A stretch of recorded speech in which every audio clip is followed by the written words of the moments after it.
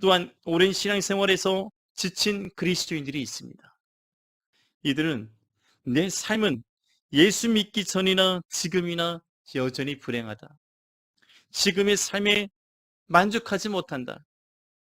아무리 기도하고 하나님을 불러와도 응답하시지 않는다. 그렇게 깊은 시험에 빠져 있는 경우들을 우린 종종 보게 되고 경험하게 됩니다. 오래 믿고도 나는 왜 불행하고 행복하지 않은가? 왜 나는 변하지 않는가? 왜 나는 기도할 줄 모르는가? 왜 나는 병이 낫지 않는가? 여러 가지 의문점이 달리지 않습니까? 피곤해집니다. 지칩니다. 그래서 예수 믿어도 소용없다는 말이 저절로 나올 때가 있습니다. 여러분도 여전히 믿음의 끈을 놓지 않고 많은 의문 속에서도 고군분투하며 살아가는 믿음의 그리스도인들이 있습니다. 저와 여러분들일 것입니다. 오늘도 힘겹지만 어렵지만 많은 의심이 내 안에 있지만 그 의심을 떨쳐버리고 믿음의 고군분투하며 영적인 믿음의 삶을 살아가는 여러분들을 주님의 이름으로 축복하고 위로하고 또한 주님께서 여러분의 마음의 소원을 이루시며 함께 하시는 믿음의 증거들을 믿음의 복을 하나님께서 주시기를 간절히 원합니다. 뒷면에 예수 믿기 전이나 후나 다를 바가 없다는 깊은 절망과 좌절에 예수님을 버리고 부인하고 떠나버리는 사람들도 있습니다. 여러분들도 아마 주변에서 그런 분들을 보셨을 줄 압니다. 어떤 경우는 마지막 남은 숨을 힘겹게 몰아쉬면서 이렇게 이야기합니다. 예수 믿어도 소용없더라. 너희는 나처럼 살지 말라는 마지막 유언을 자녀들에게 남기고 돌아가시는 분들이 있습니다. 얼마나 안타까운 일입니까? 평생을 예수님 믿고도 평생을 교회에서 헌신하고 하나님을 예배 드렸음에도 불구하고 마지막 남기는 유언 한마디가 예수 믿어도 소용없다? 그래서 너희는 예수 믿지 말라고요? 그게 어떻게 마지막 자녀들을 향한 축복이라 할 수 있겠습니까? 저주나 다름없지 않겠습니까? 여러분, 우리가 예수님을 똑바로 잘 믿지 못했다 할지라도 말씀대로 순종하는 삶을 살지 못했다 할지라도 마지막 그 순간에 여러분 예수 잘 믿어라. 예수 잘 믿고 나중에 천국에서 다시 만나자 그는 아름다운 은혜로운 유언을 남길 수 있는 믿음의 사람들 되시기를 주님의 이름으로 축원합니다. 평상시에는 예수 잘 못 믿을 수도 있습니다. 그럴 수 있는 우리의 믿음의 환경입니다. 그럼에도 불구하고 고군분투하며 믿음의 삶을 살아가려고 우리 힘쓰고 애쓰고 있습니다. 그 마지막 순간에는 예수 믿고 내가 구원받았음을 확신하고 너희도 예수 잘 믿고 구원받으라고 천국에서 다시 만나자고 그런 축복의 아름다운 유언을 남길 수 있는 믿음의 사람, 그 사람이 제가 되길 원하고 우리 모두가 되어져야 할 것입니다. 아멘. 여러분, 이 또한 예수님은 씨 뿌린 자의 비유에서 이렇게 말씀하셨습니다. 가시떨기에 뿌려졌다는 것은 말씀을 들으나 세상의 염려와 재물의 유혹에 말씀이 막혀 결실하지 못하는 자요. 결국 신앙생활은 곧 무사복락이라는 잘못된 신앙 공식에서 비롯된 것들입니다. 신앙생활만 하면 문제 없을 것이다. 신앙생활만 하면 세상 복락만 누릴 것 같다는 그런 착각에 그런 생각에 빠져 있기 때문에 그렇습니다. 내가 하나님을 믿었으니까 내가 교회를 위해서 이렇게 헌신했으니까 적어도 이 정도는 내게 해주셔야 되지 않을까? 혹시 그런 생각을 하고 믿음의 삶을 살아가고 있다면 여러분의 육체적인 기대 심리에 절대 만족한 믿음의 삶을 살아가지는 못할 것입니다. 이와 같이 세상적인 기대 심리에 만족하지 못할 때, 내 육체적인 필요에 만족이 되지 않을 때 우리는 하나님을 상대로 시험과 대혼란에 빠질 수가 있습니다. 그것이 이스라엘이 광야에서 보여주었던 40년의 모습이기도 합니다. 물론 신앙생활 잘하면요, 예수 믿고도 이 땅에서 복을 많이 받을 수 있습니다. 복을 못 받는다는 것이 아닙니다. 어떤 이는 예수 잘 믿고 잘 되는 사람도 있습니다. 건강의 축복을 받기도 합니다. 물질의 축복을 받기도 합니다. 자녀의 축복도 받습니다. 질병도 낫습니다. 출세의 축복도 받을 수 있습니다. 더 나은 결혼 생활, 행복한 가정을 이룰 수도 있습니다. 예수 믿는 가정이, 예수 믿는 사람이 이런 이 땅에서 복도 받으면 그것이 바로 금상첨화겠죠. 이보다 더 좋을 것이 어디 있겠습니까? 그러나 이런 것들은 우리가 하나님 말씀을 순종할 때 따라올 수 있는 이 세상에 속한 복들일 뿐입니다. 예수 잘 믿으면 주어질 수 있는 결과이기도 합니다. 그러나 근본적인 하나님께서 우리에게 주시기 원하시는 진짜 복은 아닙니다. 무엇보다 내가 하나님의 섭리 가운데 이루어지는 것이기에 때론 예수 믿고도 잘 되지 못하는 이들을 경험하면서 어려운 시험을 경험하면서 우리는 이해할 수 없지만 그저 예수님 믿고 따르는 것만이 그것이 진정한 하나님의 축복된 길인 것을 믿으시기 바랍니다. 어떻게 합니까? 내가 예수 잘 믿어도 고난이 있고 시험이 있고 어려움이 있고 환난도 있고 박해도 있는 것을 어떻게 합니까?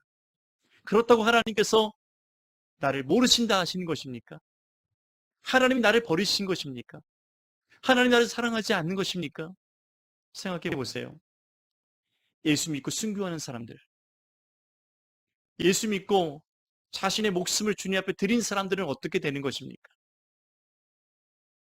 그들에게 하나님은 최고의 상급이 있다 말씀하셨어요. 생명의 멸류관을 주리라 말씀하셨습니다. 예수 믿고 환난을 당하고 박해를 당하는 것, 예수 믿고 욕을 듣는 것, 이것이 가장 큰 복이라 예수님은 팔복에서 우리에게 말씀해 주시지 않았습니까? 하나님께서 우리에게 주시고자 원하시는 복이라는 것은 무조건 이 땅에서 무사 복락을 누리는 것만은 아니라는 것이지요. 하나님께서 우리에게 주시기 원하시는 진짜 복이 따로 있다는 것입니다. 그것을 하나님께서는 이스라엘 40년의 광야 생활에서 날마다 보여주셨습니다. 날마다 경험케 하셨습니다. 그러나 그들은 진짜 복이 무엇인지를 알지 못했고 경험하지 못했던 것이지요. 다만 이 땅에서 육체적인 안락과 그들의 충분한 피로만을 하나님께 구했을 뿐입니다. 그것이 만족되지 않으니까 수시로 하나님을 원망하고 대적하고 불순종했던 것이지요. 얼마나 답답한 일이었습니까? 하나님께서 우리에게 약속하신 진짜 복은 이 세상의 이 땅의 육체적인 것들만이 아니라는 것을 기억하셔야 합니다. 그렇다면 우리가 받은 또는 우리가 받아야 될 진짜 복은 무엇일까요?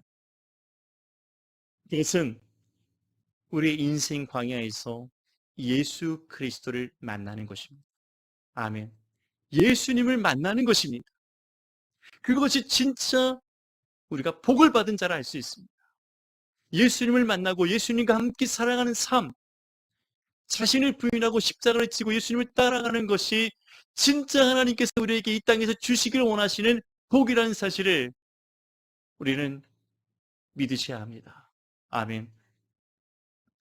본문 신명기 2장 7절에서 다음과 같이 말씀하고 있습니다.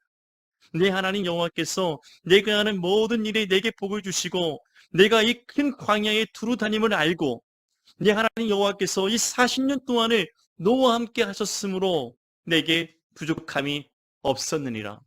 어쩌다고요? 내게 부족함이 없었다는 거예요. 하나님이 다 알고 계셨다는 겁니다. 하나님께서 함께 하셨다는 것입니다. 하나님께서 부족함이 없이 그들의 필요를 다 채워주셨다는 거예요. 그런데 누구는 모르는 겁니까? 이스라엘은 모르는 것입니다. 하나님께서 지금 우리에게 내게 주신 것은 하나님께서 부족함이 없이 날마다 다 주셨습니다. 그런데 우리가 육체적인 기대 심리에 만족하지 못하다 보니까 다른 사람들과 비교하다 보니까 하나님께서 내게 주시지 않은 것이 있다고 생각하는 거예요. 그렇지 않습니다. 이미 하나님은 우리에게 모든 것을 다 주셨습니다. 그분이 누굽니까? 예수 그리스도 하나님의 아들을 우리에게 주셨단 말입니다. 그 아들과 함께 모든 좋은 것을 우리에게 주시지 않으실 하나님이 아닙니다. 그러나 기대하십시오. 하나님께서 내게 주실 더 좋은 것들이 또한 있음을 믿으시기 바랍니다. 아멘. 가장 좋은 것이 무엇이겠습니까? 하나님 나라에 들어가는 것입니다. 아멘.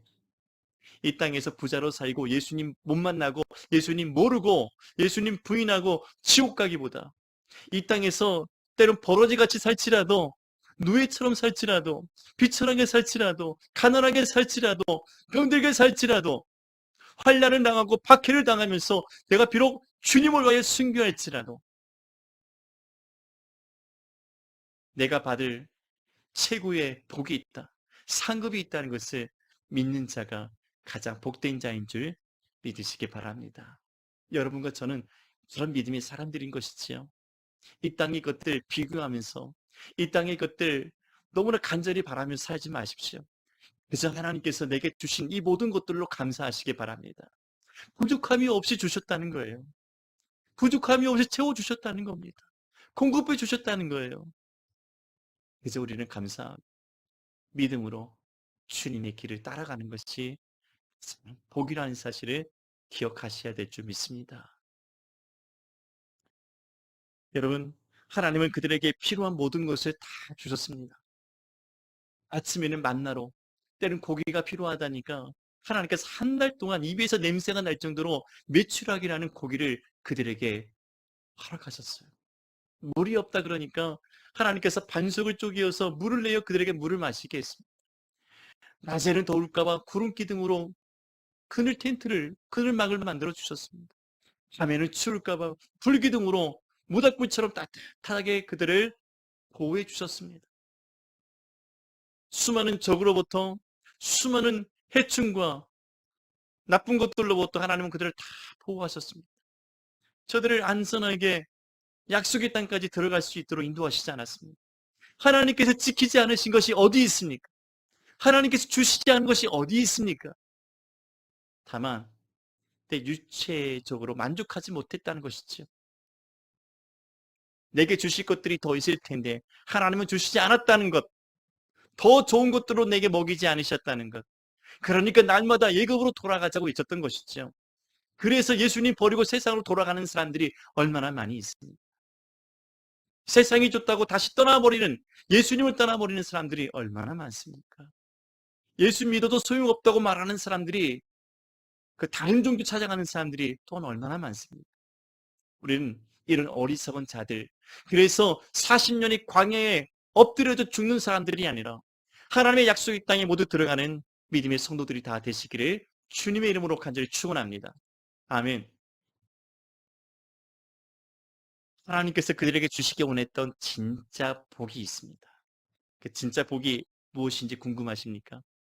그것은 바로 예수 그리스도를 만나는 것이었습니다. 광야에서 이스라엘은 40년 동안 날마다 매일매일 예수님을 만날 수 있는 복을 누렸던 사람들인 것입니다. 이것이 그들에게 진정 부족함이 없었던 하나님이 주신 복이라 우리에게 말씀하시고 있는 것입니다. 하나님께서는 광야의 곳곳에서 예수님을 만나게 하셨습니다. 물론 장차 오실 메시아이신 예수님을 그들은 만날 수 있는 복을 누렸다는 이야기입니다. 하나님은 모세에게 성막을 지으라 명하셨는데 이 성막은 하나님의 임재와 영광을 상징했습니다. 그들은 이곳에서 하나님을 만났고 하나님은 그들에게 말씀을 하셨습니다. 그들의 죄악을 용서하셨습니다. 그런데 바로 이 성막이 예수 그리스도의 몸인 것을 여러분들 믿으십니까? 성막 자체가 예수님의 몸을 상징하는 것이었습니다.